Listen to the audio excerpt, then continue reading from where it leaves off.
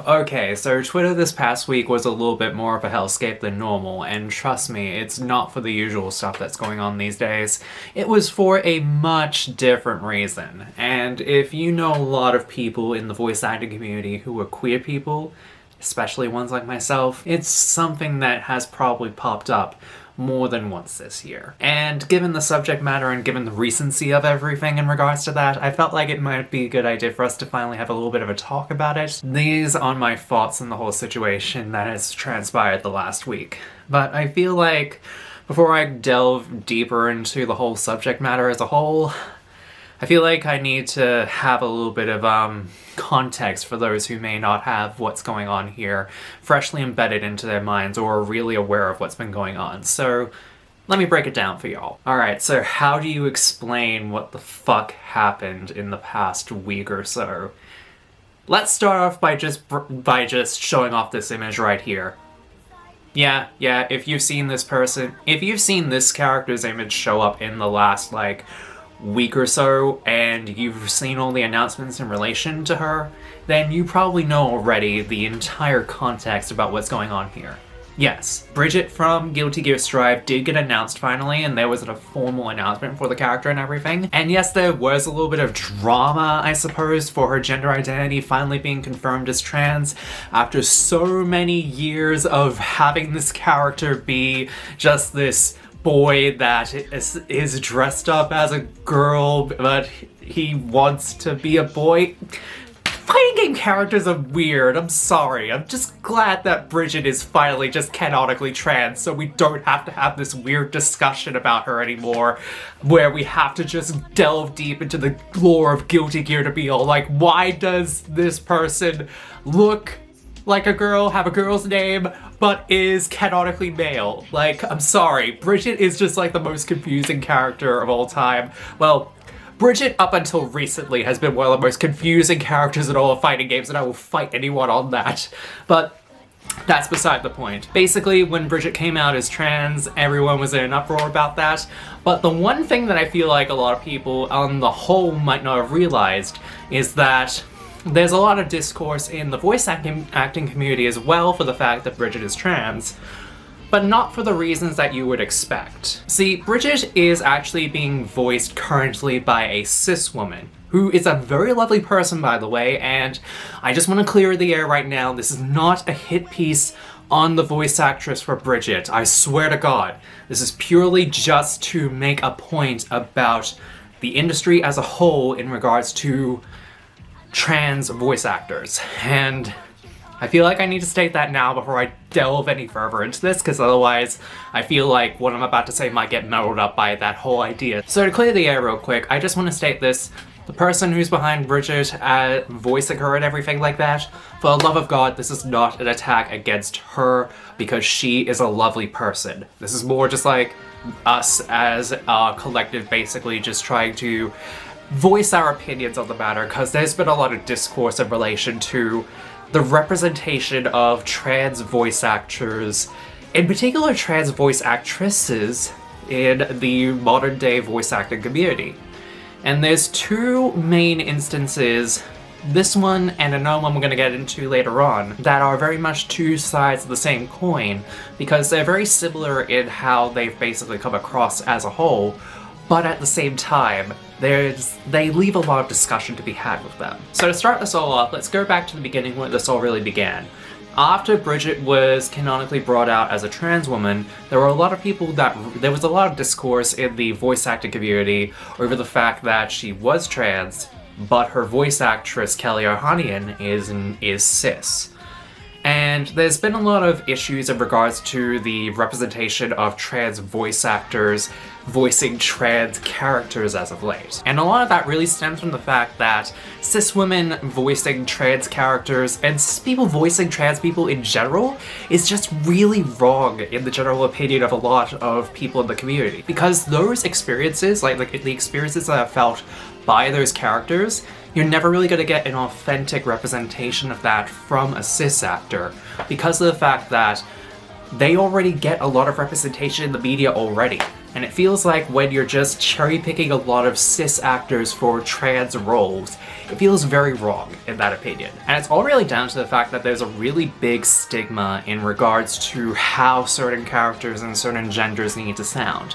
So obviously when a trans character is put forward, you don't really think to yourself, oh, how should a trans person sound in that regard? It's always, how would this gender sound for this trans character? And really, that's a really wrong way to go about casting people in that regard.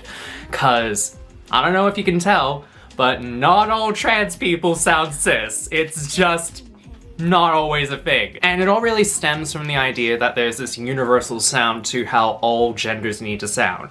Like, feminine people need to sound more high-pitched, they need to sound more girly, they need to sound more, well, they need to sound like this all the time.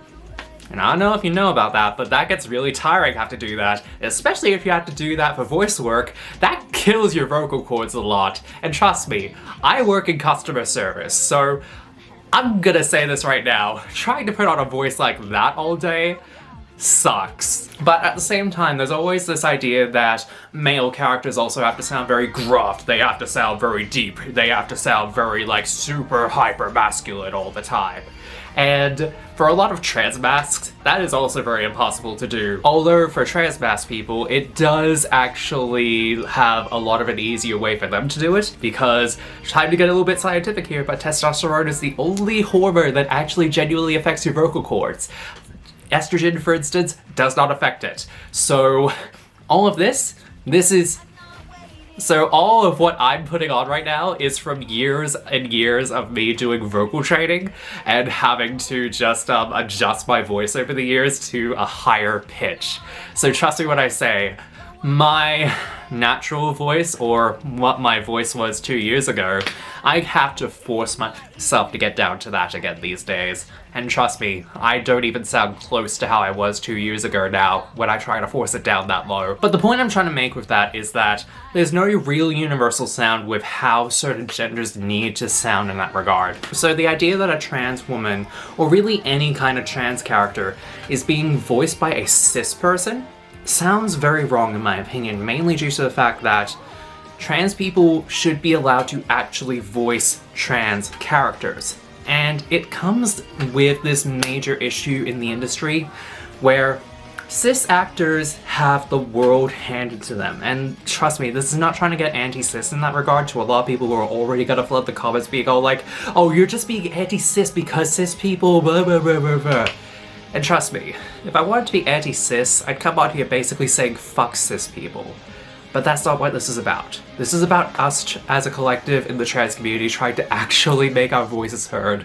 Because I don't know if you know this, but we barely get any work as it is. Like, short little anecdote right here, but I want to have a little bit of a pop quiz. Name 5 people who are in the VA industry off the top of your head that are not cis people. Go on, I'll wait. You don't even look it up. Just name them off the top of your head. I trust you can only name like one or two people, maybe 3, that are still active in the industry to this day. And I trust you.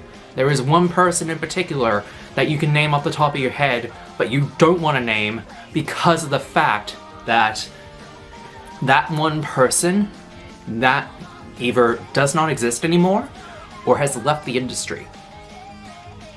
Yeah, that is how sparse the VA industry for trans people is, where you can only name like 1 or 2 people off the top of your head, and those people are still actually like getting proper work or are properly active in the community to this day.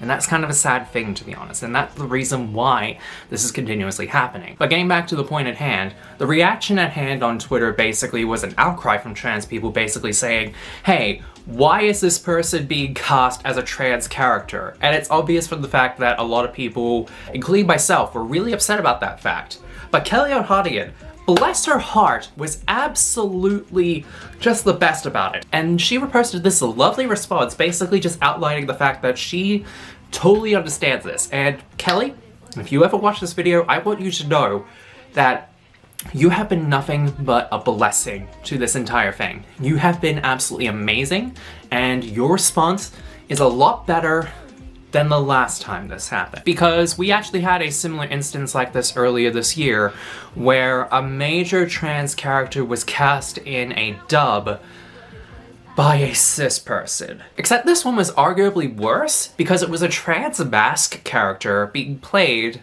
by a cis woman. And for those of you who don't know which character I'm talking about the dub cast of James Bond in Moriarty the Patriot. And believe me when I say, a lot of people were a lot more outraged about that one than this one. Not just for the fact that it was yet another cis person taking a trans character role, but it was also the fact that the character of James Bond is canonically trans mask in the series, and yet he's played by a cis woman. I don't really get it, to be honest, why that was a decision that was made for a canonically trans masked person to be played by someone who didn't even try to put on a more masculine voice for them, or at least like show off that sort of range for them. And to be honest, I get it. Having the idea that this sort of thing could be played because of the fact that James Bond canonically could have not have transitioned to that point by that period of time. But at the same time, I need to ask, why was a trans masked person not cast for this role? And to top it all off, like sometime after the fact when the outrage for that immediately came out, and trust me, the entire story for James Bond was beat for beat the exact same up until the point where we got the reaction from those who are actually working on the James Bond cast. Bearing in mind, we never actually heard anything from the actress in defense of what happened at that period of time. However, the casting director actually came out after the fact and basically defended their choice, stating that they made the right choice and cast the best person for it, which is such a bullshit lie to basically defend yourself with, in my personal opinion. It's gotten to the point where stating that you picked the best person for the role is not good enough anymore.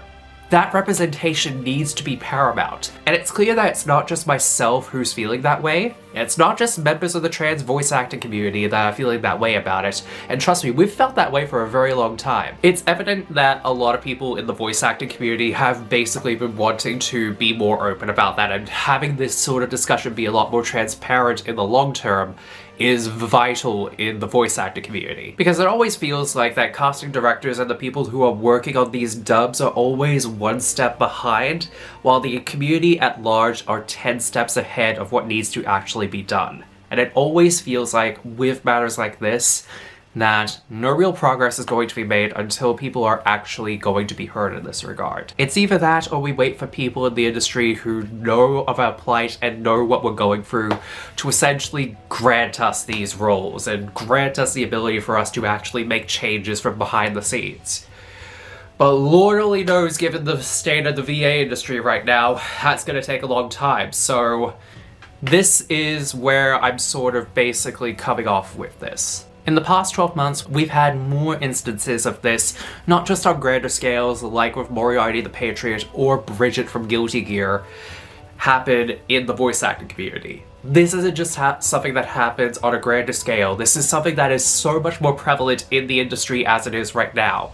And I say this because I have seen numerous instances online in the past 8 months where trans characters have had trans people voicing them, and then suddenly one day we get told that they're being recast. And lo and behold, the people who were originally voicing them come out and state that they wanted someone who sounded more masculine or sounded more feminine.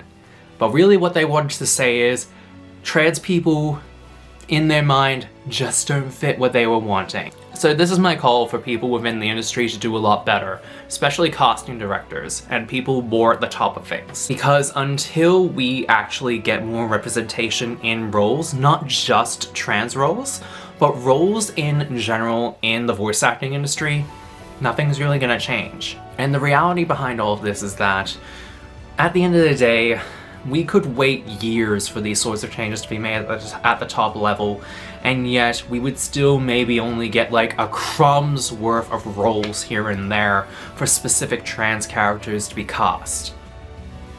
Or we could actually start to make changes at every level and allow for proper representation to be had. Because while trans characters are becoming more common in media these days, the people voicing them are very much not the type of people that you would expect, nor really feel confident to tell that kind of story with these characters. So this is also a call to cis actors to stop voicing trans people, and if you get offered a role for a trans person, I feel it's your obligation to just outright deny yourself that role. Because cis people in the community, I hate to say it, but it's very much a case where it's a lot easier for cis people in the community to get a role than it is a trans person to get a role in the long term.